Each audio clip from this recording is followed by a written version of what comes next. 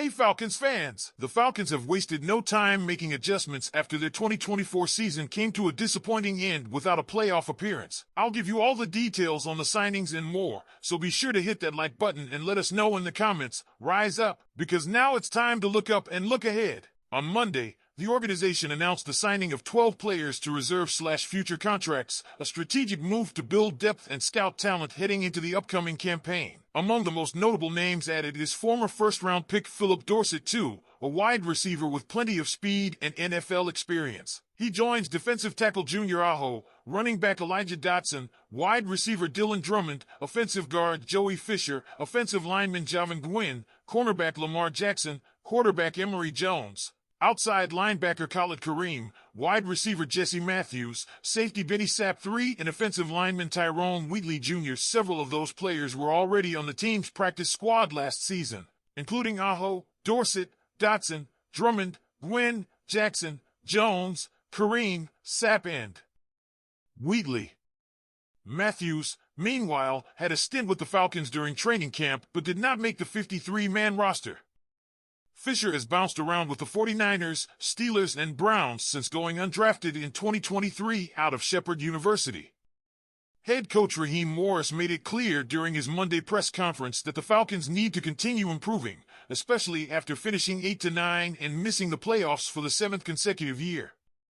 Morris stressed the importance of maintaining a growth mindset throughout the season, acknowledging the mid-season struggles that contributed to the team's failure to make the playoffs.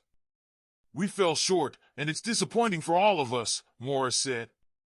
"We have to find ways to mitigate that mid-season lull, continue to improve, and continue to play excellently across the board.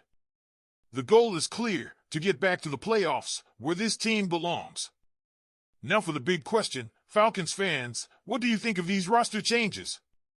Are they the right additions to help turn things around? Let us know your thoughts in the comments below. Reports indicate that the Falcons may be planning to put some serious pressure on Kirk Cousins this offseason. With Michael Penix Jr. stepping in as the franchise's new quarterback, Cousins' future in Atlanta seems uncertain. Most assumed the team would simply release him, considering his no-trade clause makes it difficult to move him. But wait, there's a twist.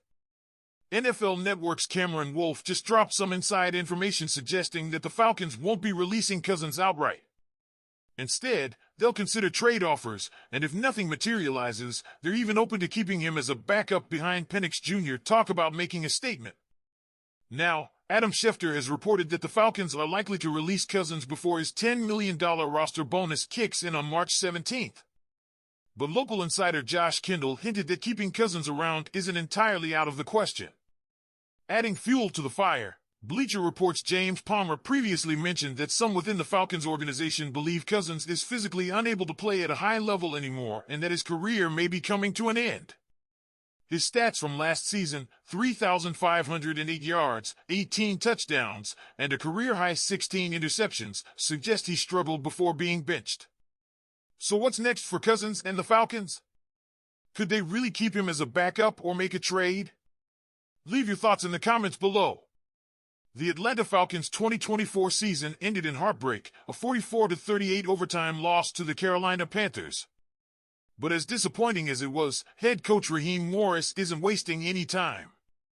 Less than 24 hours after the final whistle, he made it clear, "Our job starts today, 2025 starts today." This offseason has already been in full swing, with many questions surrounding the direction of the team.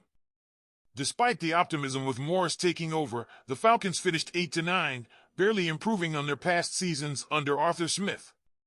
7 consecutive losing seasons, 6 different starting quarterbacks in 4 years, and another year without a playoff appearance. It's clear the pressure is mounting.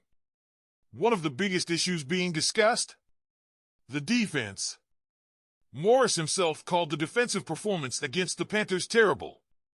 When asked specifically about the future of defensive coordinator Jimmy Lake, Morris didn't point fingers, but emphasized a thorough evaluation.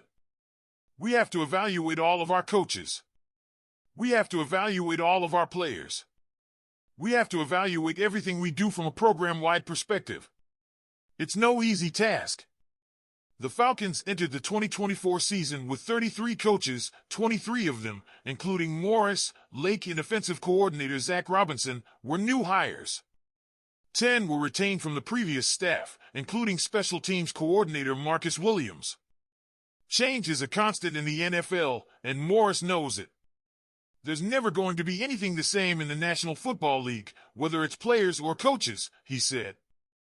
As long as I've been here, that's the way it is.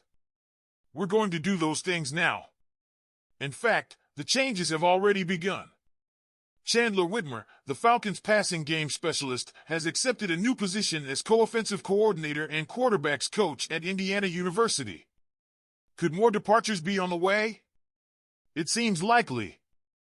Morris summed it up best. There's always going to be changes from every perspective, and there's always going to be changes you can make, especially when you start the evaluation process. It's about being brutally honest with yourself and others to do what's best for the fan base. What do you think, Falcons fans? Is it time for a complete rebuild, or do you believe this team is just a few pieces away from being a playoff contender?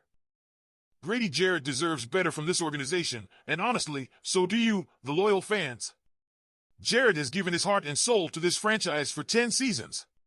He has played in 152 games, started 137, and missed only 12, not bad for a fifth-round pick out of Clemson. He is a two-time Pro Bowler and, just this season, was nominated for the Walter Payton NFL Man of the Year award for his excellence both on the field and in the community.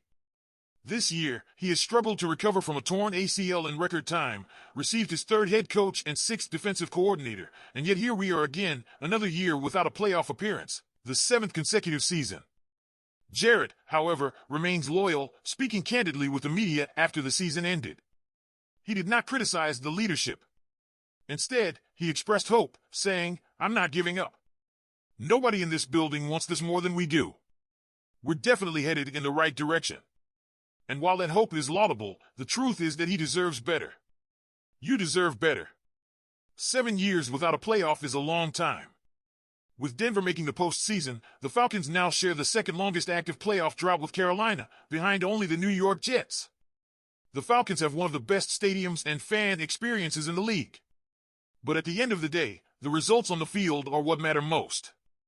Remember, this was a team that made bold moves last offseason, signing Raheem Morris, signing Kirk Cousins to a big deal, and bringing in Pro Bowl defensive backs Justin Simmons and Matthew Judon.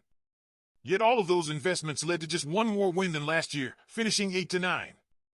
I asked Jarrett about the frustration of putting in so much effort, only to face another year without a playoff spot. His answer was honest, definitely. It's frustrating, but I'm not going to give up. I'm not going to think the answer is to leave. The work I've done for 7 years here matters. The grass isn't greener elsewhere. That kind of loyalty is rare in this league. But for all his leadership, commitment, and performance, he needs the franchise to excel. The Falcons need to reward his trust with a winning culture.